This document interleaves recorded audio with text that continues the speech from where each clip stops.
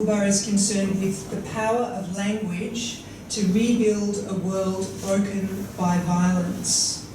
Her first novel, and excuse my appalling pronunciations, Madre Piccolo, or Little Mother, is about first-generation refugees dealing with the fallout of the Civil War in their own lives. Her second, a virtual sequel, El Comandante del Fuego, the Commander of the River, is about the generation of Somali children born after the Civil War. Ubah wrote her version of Sophocles' Antigone in 2018 for the theatre company Suta Scupa. Giuseppe Massa is a theatre director and actor from Palermo, Italy, and a founding member of this company, which in English translates as Under Pressure. Some of you may have seen scenes of Suta Scupa's work in Wim Wenders' 2008 film, The Palermo Shooting. More recently, Giuseppe directed a workshop for migrants in which he developed an earlier theatre piece, Nel Fuoco, Into the Fire. Last year, he wrote and directed Miracle, and staged Antigone Power by Ubah. Suzanne Hermanoczki is a writer and teacher of fiction and creative non-fiction. She has a PhD in creative writing from the University of Melbourne, where she currently teaches.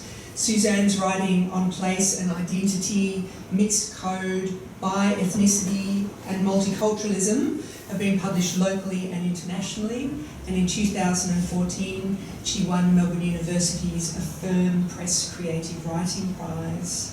And finally, Laura Laurie, at the end of the panel, is the inaugural Australasian Centre for Italian Studies postdoctoral fellow at the University of Melbourne. Laura completed her PhD in Italian Studies at La Trobe University, and her current research focuses on Afro-Italian storytelling, where she seeks to analyse how artists and migrants from the African diaspora use theatre and literature to create transcultural identities. So the way the panel is going to work is, first of all, we're going to see a very short teaser from this performance, and then we're going to have a series of readings and conversations among the panel members, and then they will invite us all to be in discussion with them. So please make them all very welcome.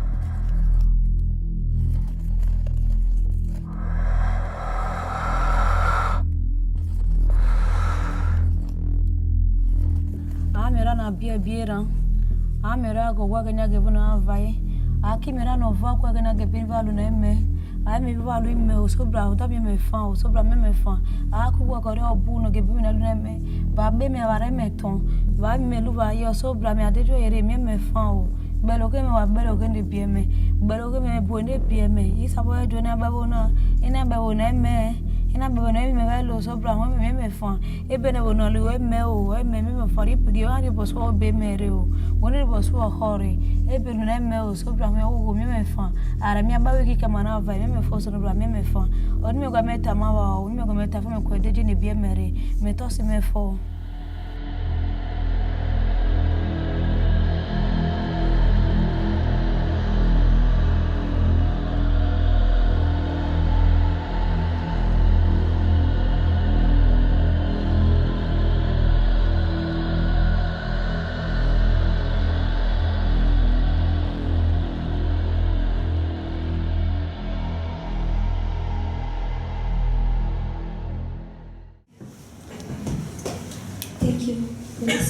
Your beautiful introduction.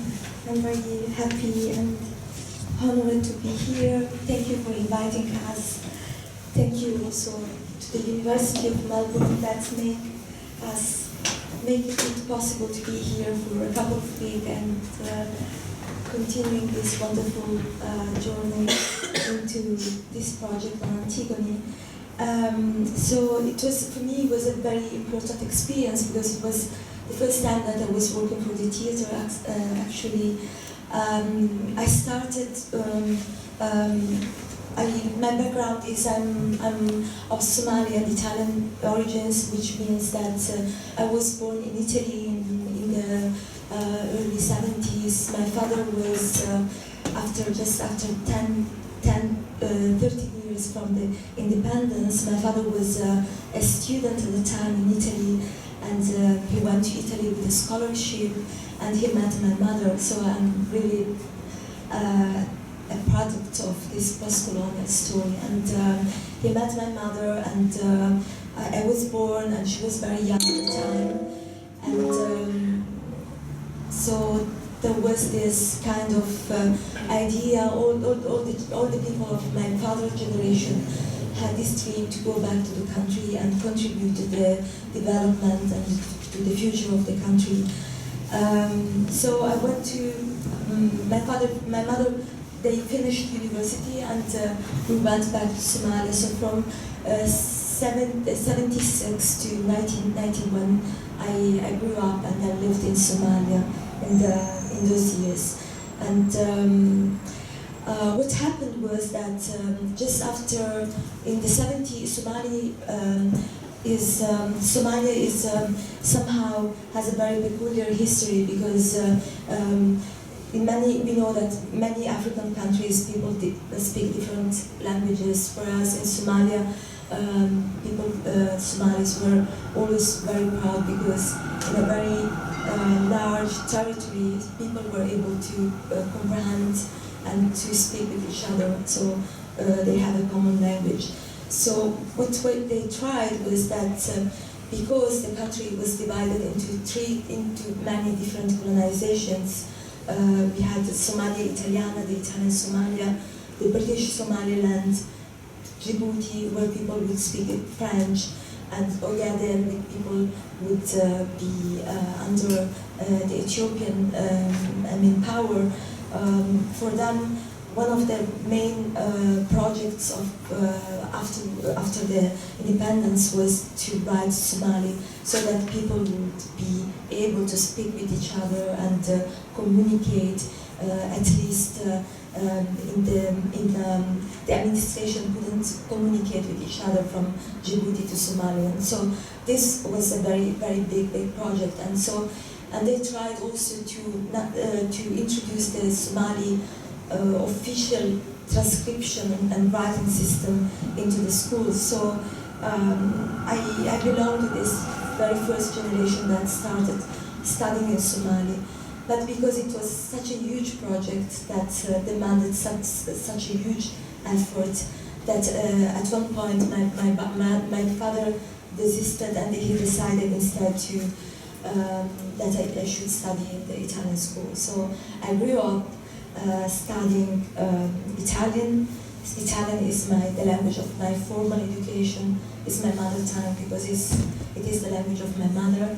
Even though I grew up in Somalia, so Somali was the language of the everyday life, and it was also I had this very early experience as a translator, because my mother couldn't never learn properly Somali, so I would act as a translator for her. And as you know, translating is something that is very complicated, because it implies that very many emotions, and especially when you are a young kid, you have to I don't know if it is to deal with it, and to reason also, and to think about cultural differences, things that you can say in one culture and you cannot say in another culture, what is appropriate in one culture and what is not. And this I think it's how my fascination with language in somehow started. So I grew up in this way, and when I was 17, 18, in 1991, I had to leave the country during the Civil War, and so I became, as everyone who was living at the time in Somalia, I joined the diaspora, the Somali diaspora, First, I lived for a couple of years in Hungary, which is something that we have in common. And then I went to live in Verona, which was my city where I was born, actually. And I believed that this city would recognize me because it was the city where I was born, the city of my mother. But in the 90s, it was also the moment where Italy started to become as a country of immigration instead of a country of emigration. So people were starting to come. And when I was in Somalia, sometimes I would go to Italy to visit my grandmother and my parents, my relatives, sorry, my relatives, but I never felt I didn't belong to that place. Obviously, because it was only for 1 month of holidays and I was with my family. But suddenly, Italians became very aware of the presence of black bodies in the country, and they were not used to it. So for me, it was a sort of shock, and language became also a way to defend myself, because people would not recognize me as somebody who was Italian, who belonged to that place, but the language, even though they would always ask me, where are you from? I thought that language could say that I could somehow belong to that place and change also the history of that place. And so I felt this kind of responsibility, not at the very beginning, but living there. I lived in Verona for 3 years, and I moved to Rome, listening, having the opportunity to listen to all these stories.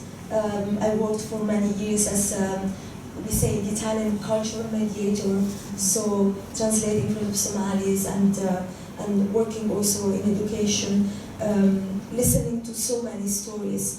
I felt at the beginning that I loved when I lived in Somalia. I had this daily practice. I loved writing, but it was something that I did as I wrote a journal, as I think many teenagers do. But I thought that it was something that could be, presumptuous to write. But when I thought at one point in my life, I thought that I had the opportunity to listen to all these stories, and I felt somehow the responsibility to try at least to build this kind of bridge between Italy and Somalia, because this colonial history was not recognized. Italians were not aware at all that they had this long time, history with Somalia. I would say they would ask me, where are you from? I'm from Somalia and Italy, but why you speak Italian? And I was shocked at the beginning that Italians didn't know their history.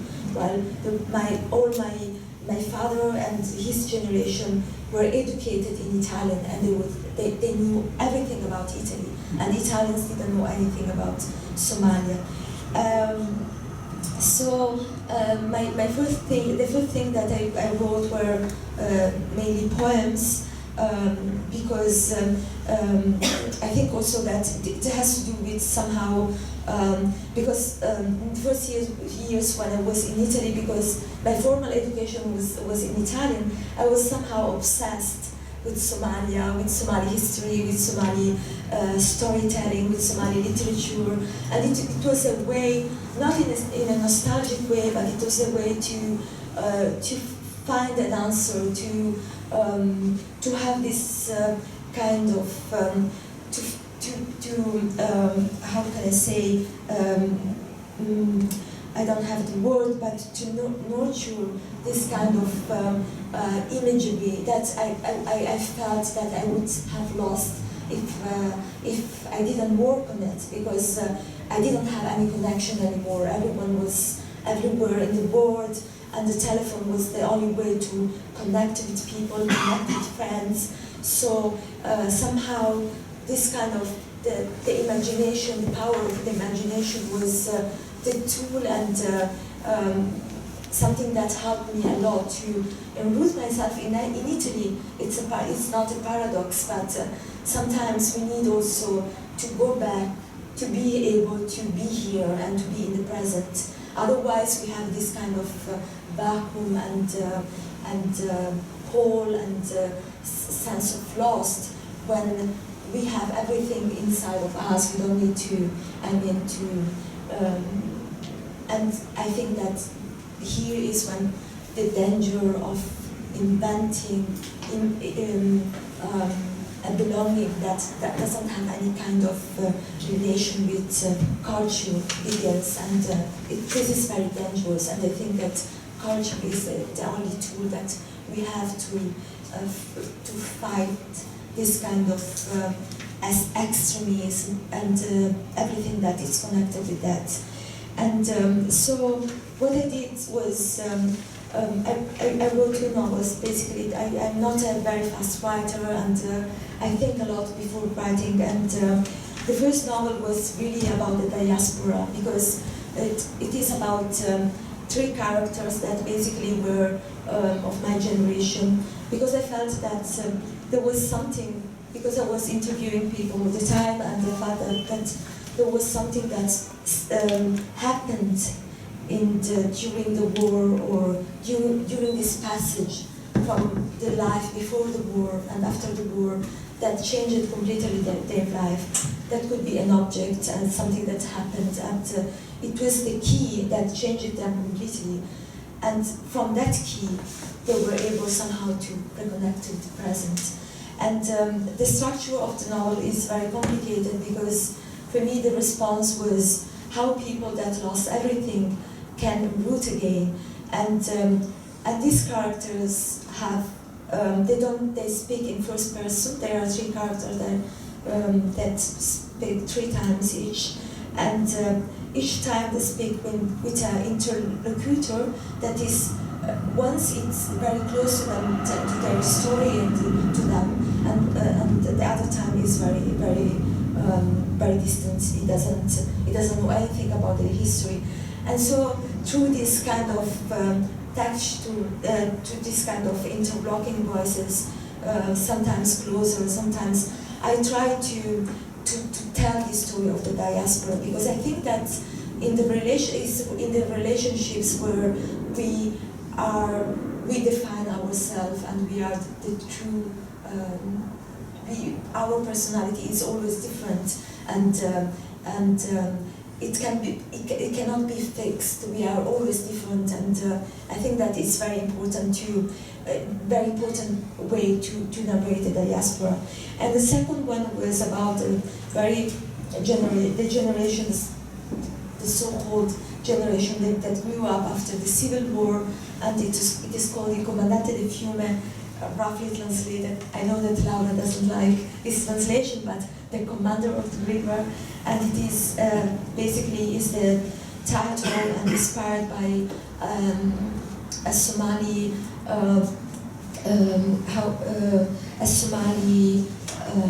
fairy tale, which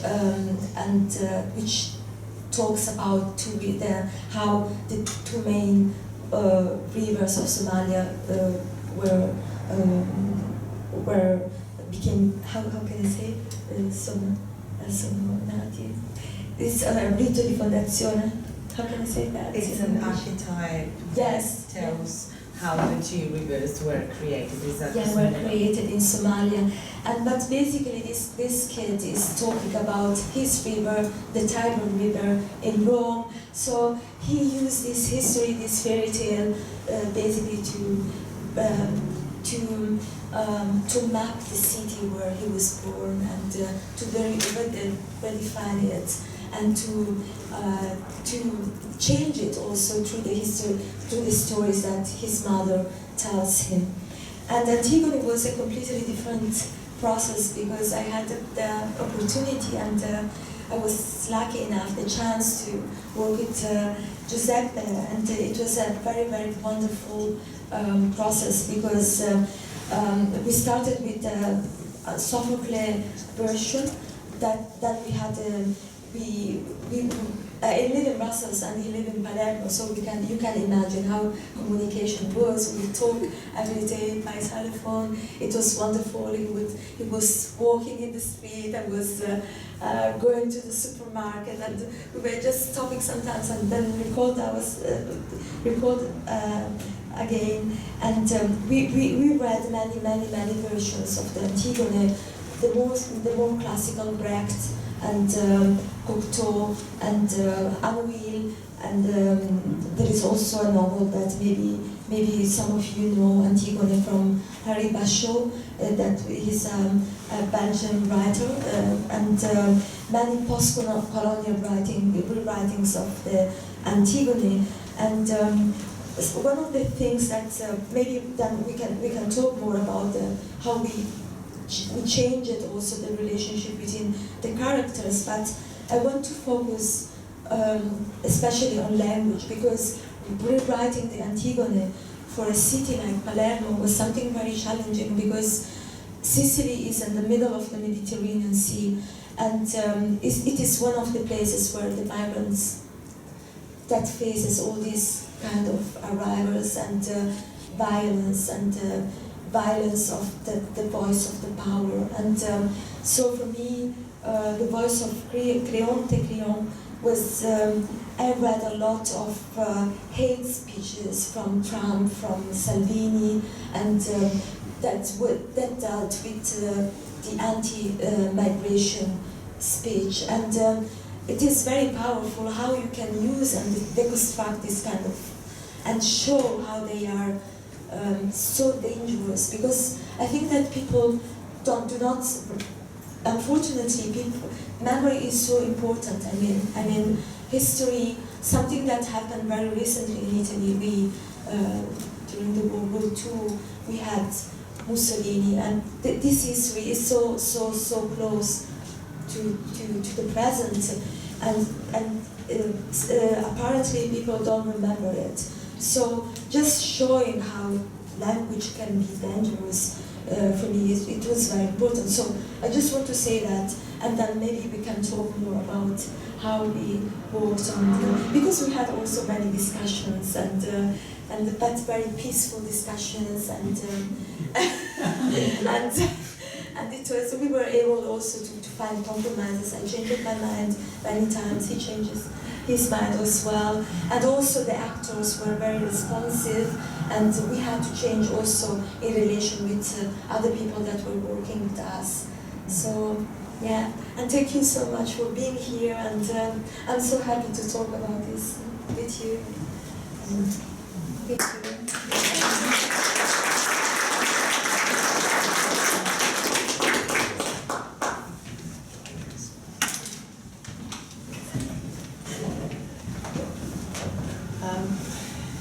I just want to add from Christina's work what I think what she does, especially in her writing, in her short stories and even in her novel, is this ability to mix languages and cultures. But it's this idea that you just kind of slip into one then the other, and it's a person that has the knowledge of both of them, and I think that's where the power comes from, much more that she's drawing on her personal experiences, the lived experiences, the historical, the mythology of the place, but putting the language in it, and it's adding complexity to it. So someone who's not from that language might feel that this is excluding, and I guess this is what I feel that is amazing about her work in terms that it's always putting you on the edge. You are never quite comfortable in this situation. Only people who are really feeling at home in this work are the people who are bicultural or perhaps displaced. And I really feel for the work and people who write from this diaspora, and that's where I write a lot from as well, the people who are coming from one place or have been forced into leaving a place, and finding themselves in another place, looking back into their own, but never quite feeling home. And when they do go back, it's too much time has passed, or they themselves have changed so much that it's no longer the place that understands them, and they are never understood. So I think that this is her language use. She'll do this once, so she'll mix code, she'll put a word, but find the lyricism within the word as well, so it resonates. And I think that this is really important in Christina's rewriting of Antigone, that one of the main things that I saw was, and what I read about it, was that her character was a really strong woman, and that the idea that she was not going to accept the fate that was given to her. And I guess a lot of people, when they have to leave or are enforced to leave their place, they just accept, this is my fate, this is what I have to do. But instead, what she's done is, this is not what I'm going to take. I'm going to change the situation. And the people around her have to respond to that change. And I guess in a way, this is really empowering. A lot of the times when people are like a refugee. So my background is, my father was a Hungarian refugee. He left in 1956 revolution. He was 16. And he escaped by himself. He ended up alone in a displaced persons camp in Austria. I don't know how long for, because this information has never been spoken about. And it's one of these things that you never quite understand, and you never know. His family never spoke about it. So communism actually cut all communications from the family and our family. He ended up on a boat to Argentina, and in that moment, so he landed over there. He happened to be in a community of other people. He had an older sister. He was there until, and that's where he met my mother. And then politically things started to go bad, and then they ended up in Australia. So it was the Hungarians that were one of the first people to feel this displacement, and they were the first ones to shift and move from this place. So I think that what you address and what you write about, and what a lot of people are writing about, and I think this is the power of what using migrant voices, like you saw it in this clip, is this like a really powerful act of reclamation, that I am not a victim, I am not going to be voiceless. In fact, instead of the experience that I had and like growing up with the Spanish language, now my Spanish is a bit rusty, I sound quite, I can't roll my R's, so I sound like the gringa in the room, very much so, but it was often told not to speak, like in that sense, like don't speak this language, be quiet, you have to learn, you have to assimilate. So this act of using this voice and hearing someone else's voice, for me is like just breaking, it's confronting, it's breaking away from the norm of this is just mono. Different people from different cultures with different backgrounds, straddling multiple like countries and histories and mythologies and personalities and cultures, and they are writing back to it. And I like that this is what Cristina is doing, is she's writing back, and her character Antigone is responding back, rather than being this victim of, I'm going to take this as my fate, this is what the new place is, it's tough, but I'm going to deal with it. It's no, I am going to rewrite and challenge it. And I guess in terms of literature, a lot of the people that I teach non-fiction, so a lot of the works that I read are women who are very much empowered, like Rebecca Solnit, Natalie Harkin, Lydia Yuknovich. They are writing about themselves. They are writing about very confronting things. They are writing about their bodies. They are writing about their experiences. And recently I also worked with Maria Tomarkin, and she very much says, I'm not going to apologise for this. And in fact, when they get challenged, like she wrote this wonderful book, Motherland, which is about herself. She was born in Russia, but she migrated here in '89. And she did the end of school here, and she studied at Melbourne U, and she's teaching there. She went back to Russia with her mother and her daughter, and it was retracing these steps. But what they found was that to market her book, it was a mother memoir. It had to be mum, like the maternal thing. But the whole point was that she was writing about poetry and philosophy and history and great Russian writers and thinkers, and all of that got glossed over. But what was more important was this journey back, her going back into doing this with the symbolic gesture of going back to the motherland. But it was much more. And for the critics that wrote about this mother memoir, she ended up writing an essay back to them saying, no, this is not what the work is about. You have misunderstood it, miscategorized me. And I think that this is really important, that these works and what Cristina is doing and what other people are doing and all of these writers, they're writing back instead of saying, you have to stop, you can't write about it. They're going to say, why not? I'm going to tell you why not. For this reason. And the whole point is that there's intelligence and there's thinking on the page, and that's what's being missed.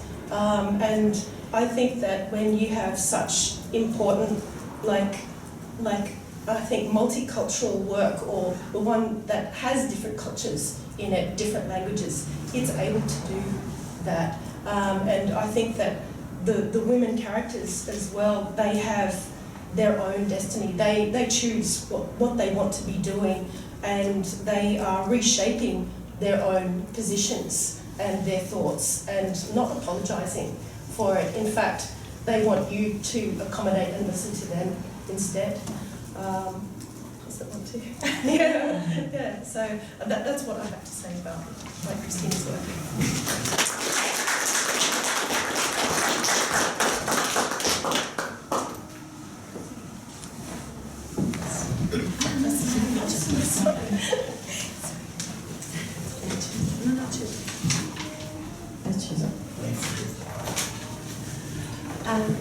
Thank you so much for that, and I'm going to sort of build up on what has been said and just focusing a bit on the relationships and the network of contexts that these women, these characters represented in current Italian Italophone literature are creating. In response to this sort of change that doesn't accept any more characters to be either very polarized, so either these virginal figures, or on the other hand a very carnal, a very physical character. These days we are seeing more and more female characters that are much more complex, and they are reclaiming their space, their faith, as you were saying, and they're not apologizing for it. And I think that one characteristic that is emerging right now is the fact that there is a form of agency that is actually created within the reciprocal the relationships between characters. And I think that it's quite relevant and quite significant, because it's portraying what is actually happening within the diaspora.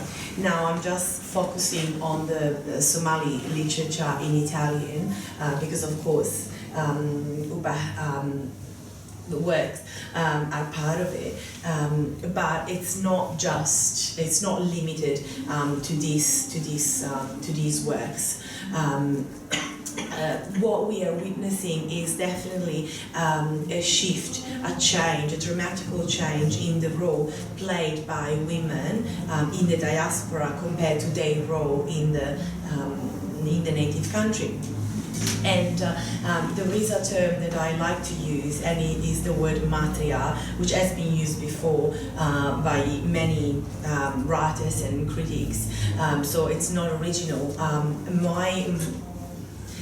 My invention is to what I apply and what I use it to, what I'm referring while using this term. So this term is refers to the new land, the new space inhabited by people from the diaspora, and is playing with the words because in Italian, patria means homeland, but literally is the land of the fathers. And so, of course, matria in a way becomes the land of the mothers.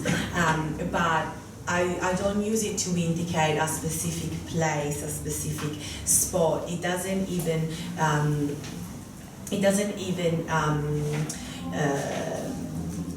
It's not even one nation or one country. It's more like a dynamic space that is created with the networking, with the relationships that people and therefore characters create. And I think that writers right now, especially as I said, postcolonial writers in Italian are identifying, and this is a new dynamic performative space that is created and is extremely gendered, because the shift that we witnessed was in the role of female people, and therefore female characters, which are the representation of the society as is developing right now.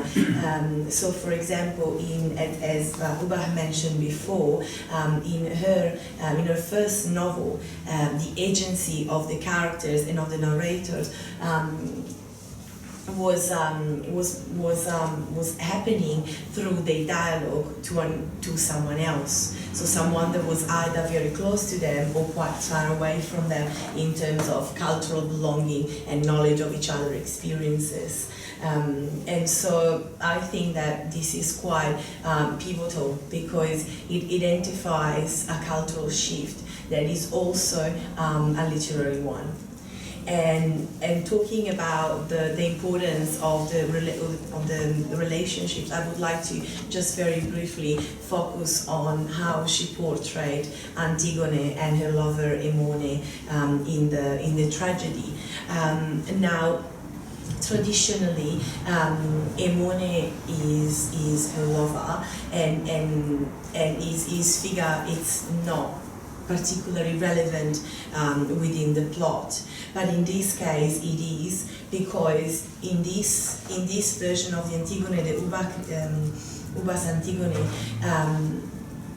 Hermone represents the family, the home, and she, the woman, is the heroine and the one that is dying for her ideals.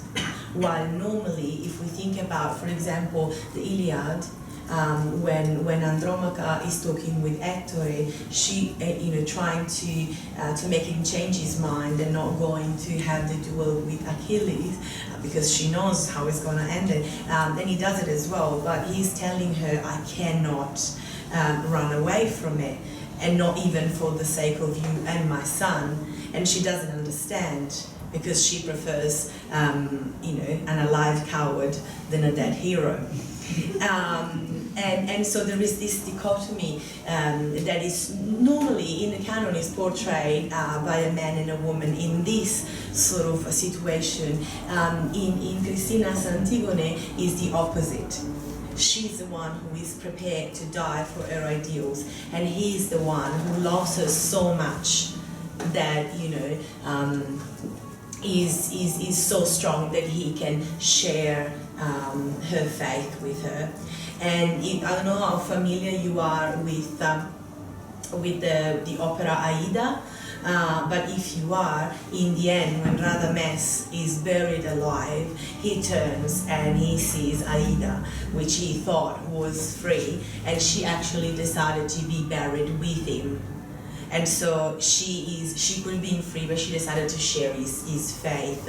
And in this case, Cristina sort of created a double twist. And so, but you know, the male character is the one that is representing the family and the home, but is also the one that is strong enough to be next to the woman he likes, he loves. And I think this is quite relevant because normally, even in recent years, we had this conversation with Suzanne and Ubah before, we had the impression that in a lot of cases, in a lot of in few works, even the most rebellious, strong women still needed a male champion to succeed, still needed someone that was helping them to actually reach a success. And in this case, Hermone is not Antigone's champion, is the person that she's sharing her faith with. And so I think that this is probably the center of this Antigone, the fact that the agency, it is developed through relationships. And this is a trait that we see very much in Italophone literature right now.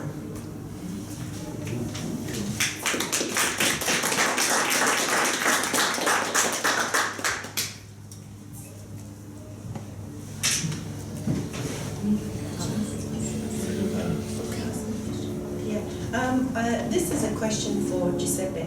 And I'll just read from the quote because from the clip there was a response. So it's such a powerful clip, and this was the response. It says, "Our Antigone speaks the language of Mother Africa, does not deny its origins, does not forget the laws of God, the ancestral laws come before those of men and politics. Pietas in the first place, and forgiveness. The revolution of our Antigone is love, love above all, stronger than power, money, and death." And I am very much interested in how did you show this love in, like, how did you address the points of power and love and this transformation, and how did you get your characters and the actors to act and show this in the piece? Tanto per cominciare, mi scuso per parlare di non poter parlare in inglese, ma preferisco, per essere più sicuro, di utilizzare l'italiano. I'm sorry that I can't speak English with you tonight, but to be a bit more, certain about my words, I prefer to use Italian. Per rispondere alla domanda, To answer your question. sono stato molto aiutato dal gruppo che si è andato a creare, il gruppo di lavoro. The work group helped me very much in enriching this thing. Perché era un gruppo veramente eterogeneo, che probabilmente più non potrà essere. It was a very heterogeneous thank you, group.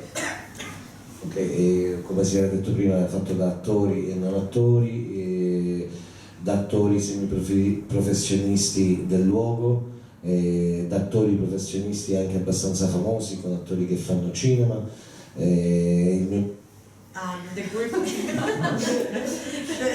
The group was made out of professional and even very famous actors, and also non-professional actors, and in the middle there was a group of young actors that were freshly from their study. Anche i partecipanti che non erano attori, quindi i ragazzi che erano venuti da poco in Italia. And even the one that weren't professional actors and just arrived in Italy. Erano ulteriormente, arricchivano ancora di più questa eterogeneità, essendo di paesi molto diversi come la Costa d'Avorio o appunto la Somalia o la Tunisia. they were bringing even more, they were making the group even more rich, even richer, because they were coming from countries such as the Ivory Coast and Somalia, and so they were enriching our already quite rich group.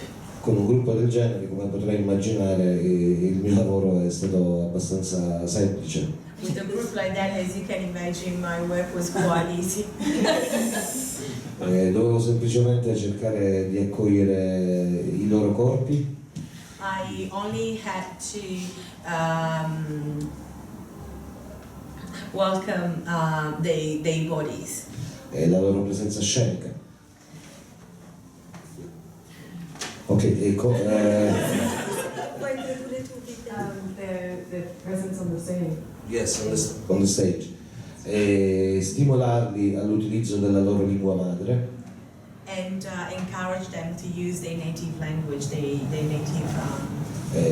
Che come potrai immaginare non è per niente semplice. As you can imagine, is not Perché totally easy. stiamo parlando anche di lingue tribali che in alcuni casi cercano quasi di rimuovere. Because we are often talking about tribal languages that they often try to remove from themselves or to distantiate from themselves. Ma in questo senso mi sono messo in gioco pure io. But in this case, I sort of put myself out there as well. E ho cominciato a comunicare nel dialetto siciliano. And I started to communicate in the Sicilian, in the Palermo dialect. E ci capitava. And we were Christian.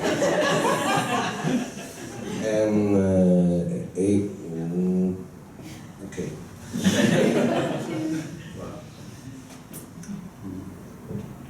So yeah, we wanted to read. Do you start, Suzanne?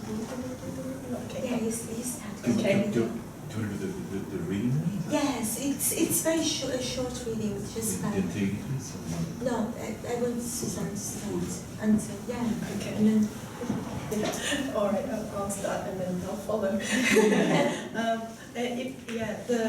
The story came from this one here. It was published by Monash earlier this year, but I printed it out so that I can read it better.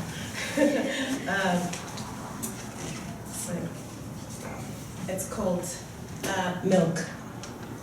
A story written in my mother's white ink, otherwise known as A Matter of What Had to Be Done. She is undoubtedly a mother, but a virgin mother. The role was assigned to her by mythologies long ago, used Irigaray. Ever since I was a little girl, my abuelita used to tell me this story about her mother, about my great-grandmama, mi bisabuela Madonna. One day, the two of them were walking down the street, on the way to great Tia Cristina's place. Tia Cristina lived in a well-to-do barrio, on the other side of Buenos Aires. It was a long walk at a brisk pace, but it was quicker still if they took a shortcut through Villa Miseria. As they turned down the now renamed Calle Milagros, they saw a poor woman sitting by the side of the dirt road, crying inconsolably. As they got closer, they saw clutched to the woman's breast a tiny baby. It was such a poor, shriveled, miserable thing. It was crying too, but with sound only, for he had no more strength for tears. My great-grandmama Madonna went up to the poor woman and asked her, "¿Qué te pasa, mi hija? Why are you crying so?" "It's my baby," the woman answered. "Mi niño, my son tiene hambre, but I have no more milk to feed him."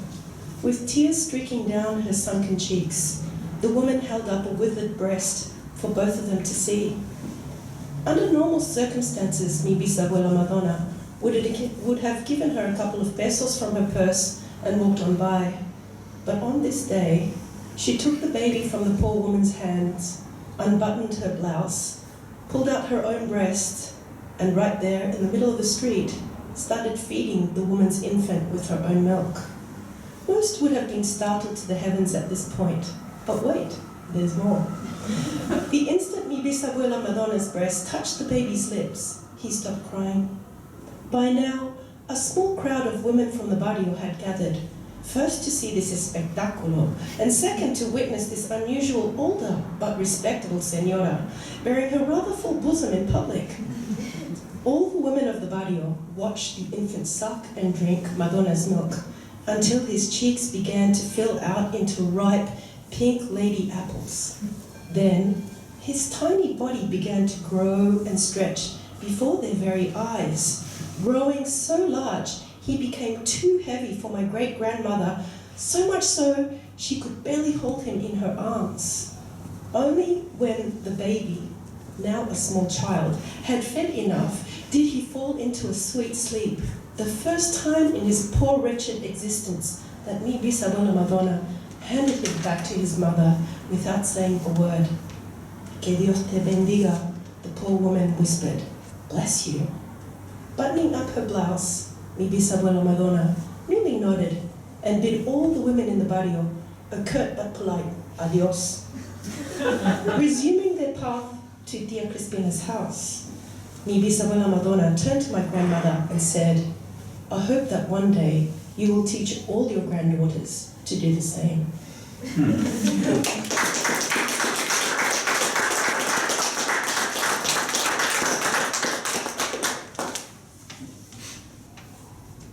Yes? Yes. That was a cue. Yeah, we are going to read an excerpt from the Antigone, a very short excerpt. And this is the scene, the Sophocles Antigone starts with this dialogue between Antigone and Ismene. But it is not the first scene in my version of the Antigone. But it is the first scene in the how can I say, in the play, but not in the written version.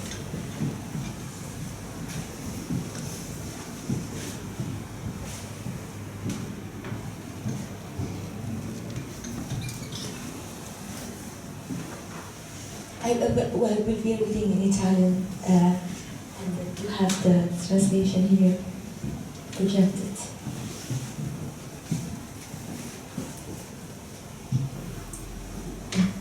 Ismene, sorella mia, ti ho chiamato all'aperto perché nessuno ci ascolti. Hai visto? Hai sentito il mercato gridare l'editto? Non ho dormito tutta la notte. I nostri fratelli morti lo stesso giorno, coppia disperata, incrocio di colpi. I clandestini invasori respinti vagano senza meta in queste ore buie. Sono uscita prima dell'alba e i manifesti erano già affissi. Creonte ordina che Eteocle abbia il funerale che si merita, mentre è proibito seppellire Polinice. Un sacrilegio, una nuova sventura. Lo lasciano in pasto agli uccelli e chi infrangerà la legge sarà lapidato dal popolo. Ma vedo dalle tue mani che hai strappato l'ordine. Cosa vuoi fare? Hai lo sguardo infuocato. Sono venuta a chiedere il tuo aiuto. Dobbiamo seppellire il nostro fratello. Non possiamo abbandonarlo alle bestie. Immaginavo le tue intenzioni. E allora? Sei con me? Oh sorella, il tuo eroismo. Mi hai lasciato sola quando morì nostra madre. Te lo ricordi? Oh, quanto ti ho odiata. Cercavo il tuo calore, ma non eri più con me. Sonno intermittente. Tendevo la mano, ma non riuscivo mai a toccarti.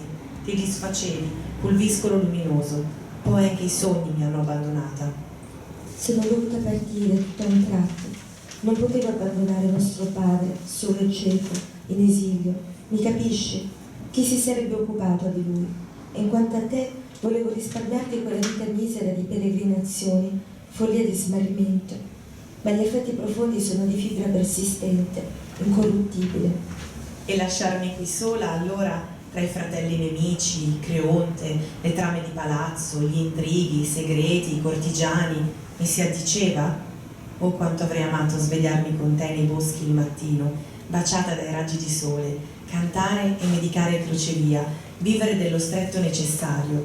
Allora sì che sarei stata libera, libera come te di strappare la legge, compiere atti sacri e grandiosi. Non ti solleciterò se sei contraria. Se mi aiutassi lo faresti contro voglia. Fai come meglio credi. Io andrò ora a seppellirlo. Antigone, io ti capisco. Tu segui l'esempio di nostro padre, ma il suo idealismo, i suoi sogni, sono per me eroismo sbagliato. Sai che non è nella mia natura morire per le idee. Tu sei più giovane, hai visto meno orrori. Il passato non basta lasciarlo perdere perché rimanga passato. Ascoltami, aspetta. Sai che tra il popolo molti sono contrari al sacrilegio che si appresta a compiere Creonte, solo non osano opporsi al suo volere. Convochiamoli in assemblea, mostriamo che i cittadini sono dalla nostra parte. Non c'è tempo per la politica. Quando ero sulla strada non sapevo dove andavo, seguivo il libro che occupava tutto il passato e assorbiva l'avvenire. Non restava che il presente, ed è nel presente che ho sempre vissuto. Presente significa non avere tempo per fare progetti. E mi abbandoneresti un'altra volta? Tu mi disprezzi, credi che sia molle, viziata da privilegi di principessa, ma è stata una dura vita la mia, trappola di negoziazioni. Ah, sei cieca tu, non vedi il mio corpo che cambia, non vedi il futuro approssimarsi, il nipote che ti nascerà. Ed Emone, cosa ne sarà di Emone? Non sogni i nostri figli giocare insieme sulla spiaggia? Oh sorella, in questo giorno triste mi fai rabbrividire di gioia. Emone sarà dalla mia parte. Ora so il mio atto ancora più necessario. Lo compirò anche per te, per i tuoi figli, per il futuro che incarni. Lasciami, disperata. Non hai pazienza tu. Perché correre dietro al vento? Il corpo di Polinice giace insepolto sulla spiaggia. Già si decompone sotto il sole cocente. Se voglio onorare la sua morte lo devo fare adesso. Non mi importerà di morire dopo. Mi stenderò al suo fianco, devota fuori legge. Va allora a tentare l'impossibile. Il mio destino sarà ancora quello di chi resta.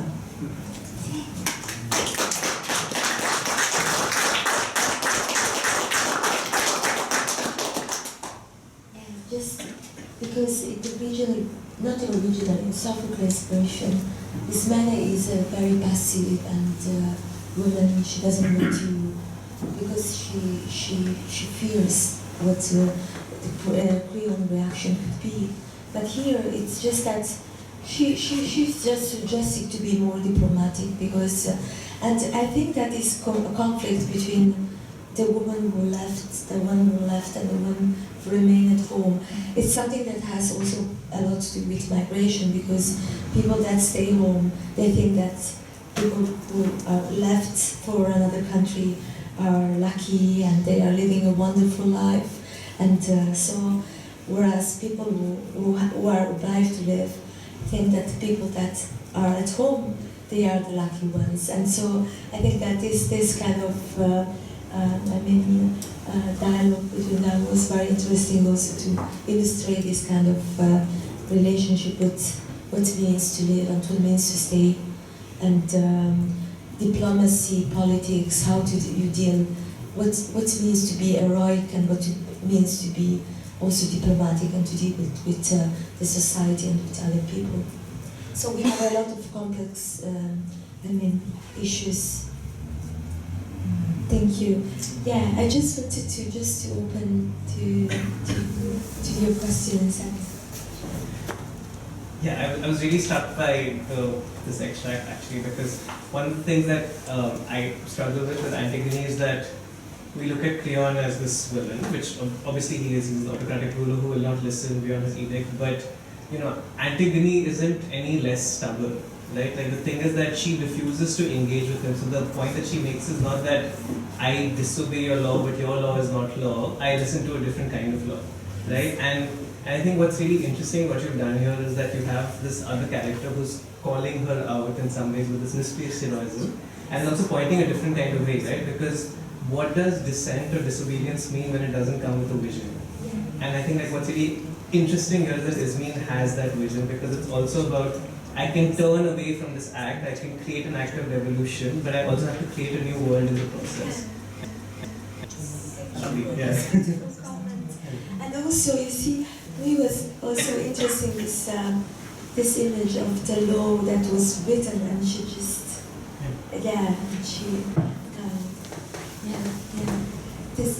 thank you so much for your comment. Please, other people, just feel free to. Thank you so much to everyone, that was so excellent. I'm very curious to know what the reception was like in Palermo or in Sicily. What was the response? Yeah, maybe Giuseppe can say something more about it. È stata più che ottima, e lo dico senza, spero con la massima sincerità. It was great. and I'm very honest and I'm trying to be objective, but it was really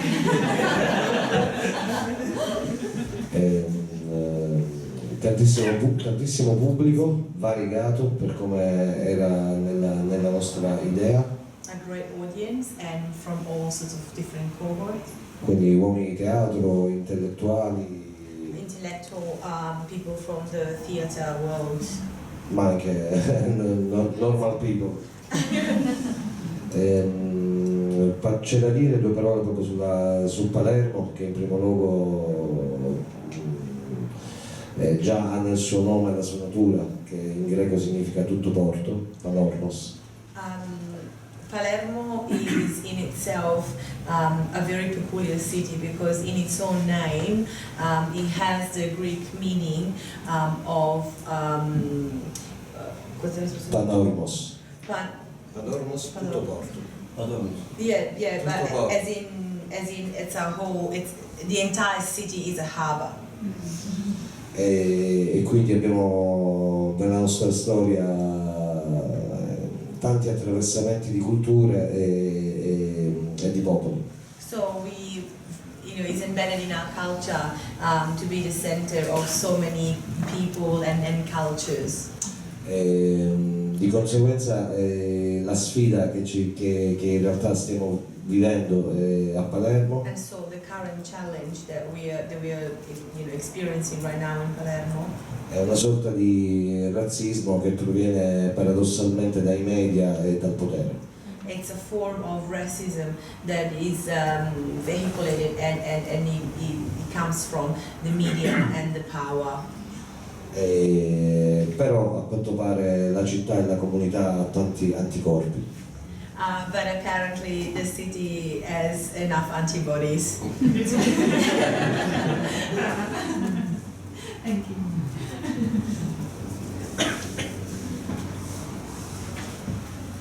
Bring up your own head. Yes. Just go for it. I wanted to ask Suzanne about the multilingualism in your text.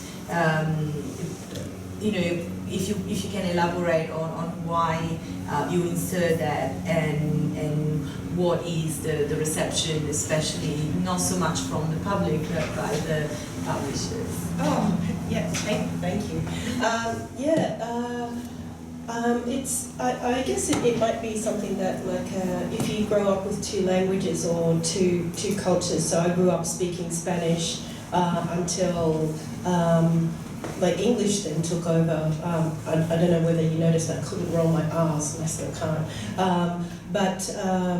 And I guess that what ends up happening now is a lot of the times, a lot of the people either stopped speaking the first language, were very much discouraged, or what we ended up doing, and a lot of the community, you just start mixed coding. So you start in one language, you mix another, and then half and half and half and half. So if someone doesn't understand it, they're probably so in that space where they can understand and they can't.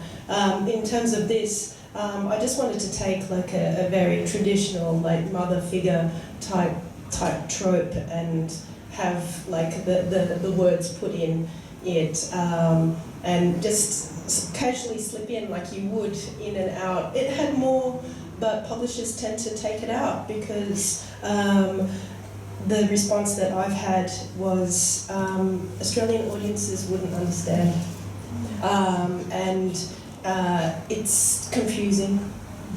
And that, or you have to, I don't know whether you noticed, I had to recap it with the word behind it.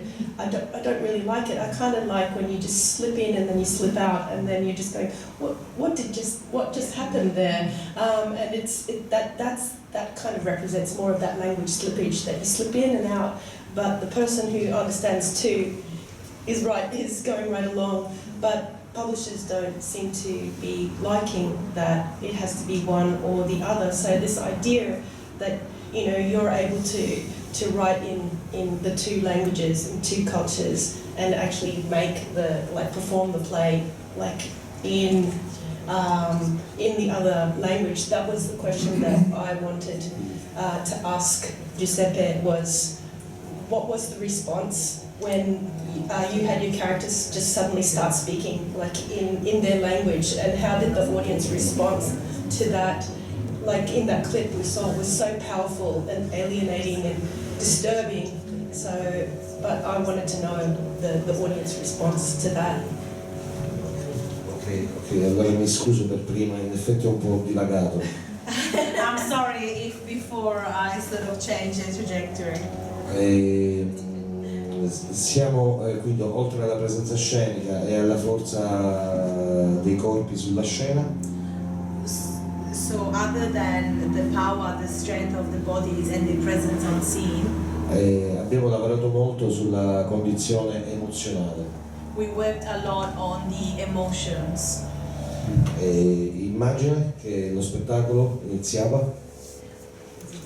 Immagina che lo spettacolo iniziava, quindi mentre il pubblico entrava, con degli uomini morti e delle decine di donne che piangevano.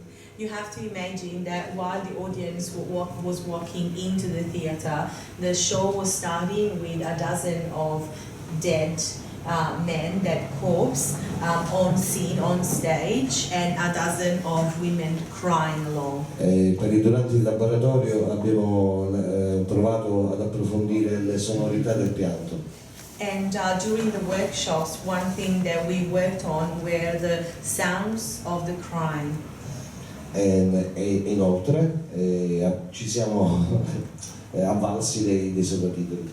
And also we had the back titles. In italiano. In Italian. Sarebbe stato meglio in italiano e anche in inglese. It would have been better in Italian and English. But questo ci ha permesso di oltrepassare delle barriere che il linguaggio potrebbe creare, un linguaggio diverso di cui non si capisce bene le parole. And that allow us to overcome the barriers that this language may create, and to create a new language. Perché abbiamo cercato di non parlare soltanto alla mente, ma al cuore, attraverso l'emozione e le sonorità delle lingue. We try to speak not only to the mind, to the audience, but also to their heart, to their soul, through the different sounds of the languages. I'd like just two observations and maybe a question to all of you. You mentioned the focus that you have on language. Just reflecting on the play itself and the plight of other being displaced or in exile. Language, from my experience, resists you. If you fight against oppression, the oppressor resists you. It is through the language of rebelling against the oppressor that you are tormented, tortured, and exiled. Not because of your body. So the language of repression is quite powerful in a sense. In relation to exile displacement, the dominant language, the colonizer's language, the denial of you, you are legally accepted, but you are denied. You are definitely denied. So within that again, the dominant language resists you. Well, here is the power of the arts in a sense, how the playwright, the artist, the authentic thinker looks into those devastating. Because I love this tragedy because it's about devastation. There is no way that you could run away from it. In a sense, if you're looking at Antigone, I don't know what, this is what I'd like to ask, but Antigone doesn't respond to Creon.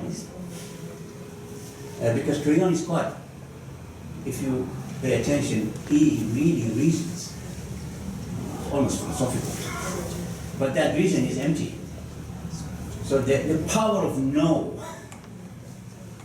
is quite staggering.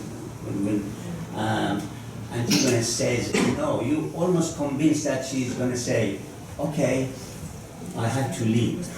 But she says, no, I want to die, not because I wish. So we did that contest. I don't know how we did that. I mean, I could take that to the issue of, you're talking about Palermo. Palermo is a city of emotions. It's not nervous. It's not hungry. You already got that stage for such a powerful play. I wonder how much Palermo as a city and citizens of Palermo, which I suspect about Melbournians would not respond. It was a challenge to ourselves here. It doesn't matter how committed we are, because Palermo is Sicily. Sicily is the city of emotions. Non-men still wearing those black things, almost 2,500 years Antigone. So we did that contest, how all this city, your observation, your direction, created this magic environment to address these questions, which are still so powerful.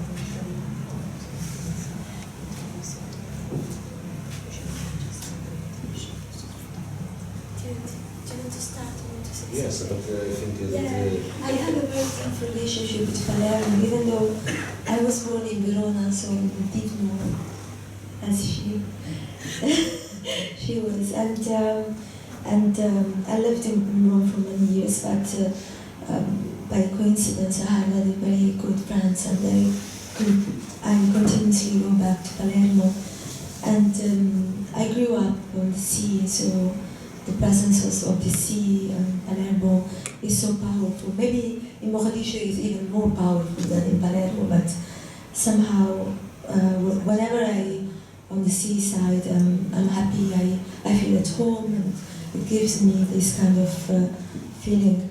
So this idea it's the sea is in my writing, whereas in the classical tragedy is not so present, and through migrants and through this kind of image of the sea, of the boats, of the sand, of the sun.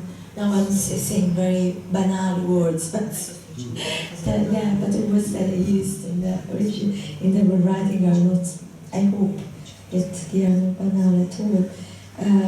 But it was difficult at the same time to evoke it, because, as you say, there was not in Palermo, so it was also through our dialogues and his voice, because he's very Palermitano, and also through his feelings that I also try to be somehow to honor the city and to honor the audience of the city.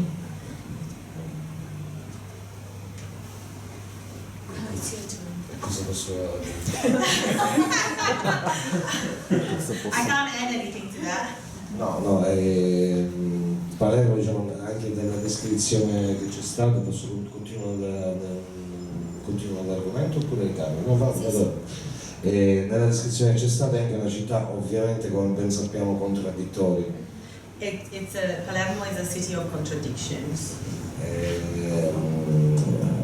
Vi è una luce altrettanto bella quanto quella di Melbourne. There is a light as beautiful as the Melbourne one.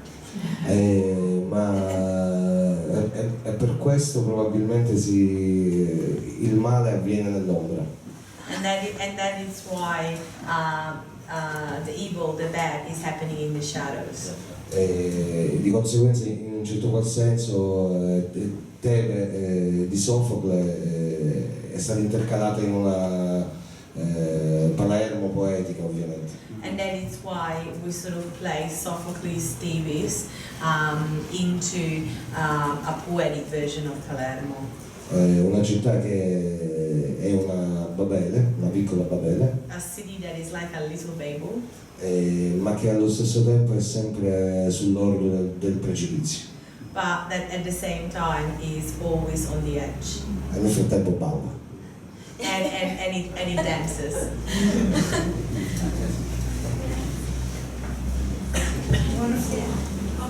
Please. That was really cool. Thank you so much. I had a question to you more on this aspect of collaboration. and writing for the theatre and sort of the craft of writing for the theatre and connecting that to writing poetry and novels. So one of the questions I have is what are you trying to do next?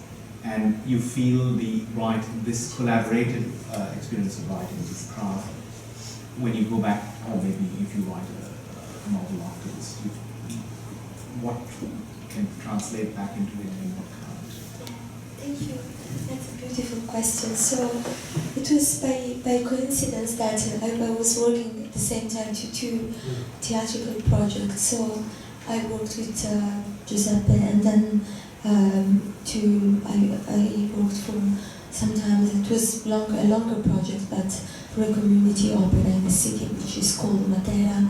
A community opera means that we interviewed the composer and the director, and I stayed in the city for a while interviewing people. And Matera's story also is very interesting because it's in the deep south, and it was a city that had a very ancient story, and people were moved from the houses in the caves where they lived for centuries, and then displaced and put in new buildings. And I think that it was a very important experience because you are not on your own. So I love that. Whereas writing is very often is a very lonely. I mean, and something that you do on your own. But you need all the time to confront yourself with other people, and it was very inspiring because you reinforce what you believe in, and at the same time you are confronted with other people. And to this, I want to add a small thing that I was telling at the beginning. I started writing the novel, starting from recorded interviews, so that were oral. And so many of the things that I wrote in the first novel are dialogues that have not the interlocutor. Sorry, is not in the text, but is there. So somehow is a theatrical also monologue in a way. So I felt that it was so beautiful to have two characters that I could work with. Thank you so much. Well, this has been a very moving discussion. My only regret is that we can't see the full performance. So I feel very hungry to be able to experience it, but presumably that's not going to happen during this recording visit. But I think now it might be time to thank you all and invite you to come and drink some wine and have some more informal discussion with people. So thank you so much.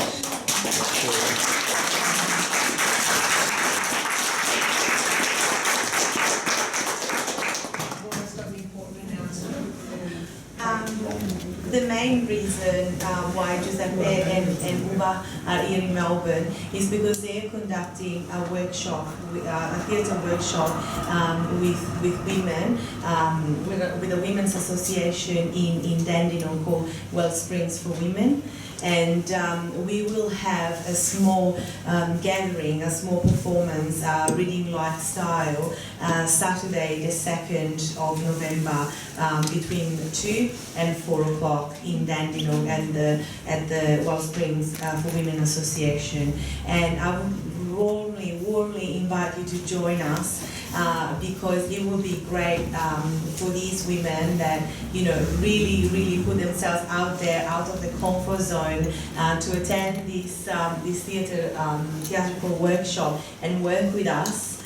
It will be very important to support them, to appreciate, to honor their work and their commitment, and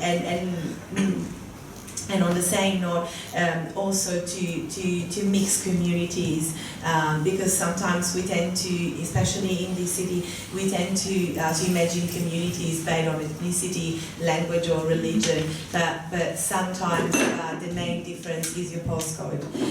And so please, let's all together try to overcome this, and please join us on the 2nd.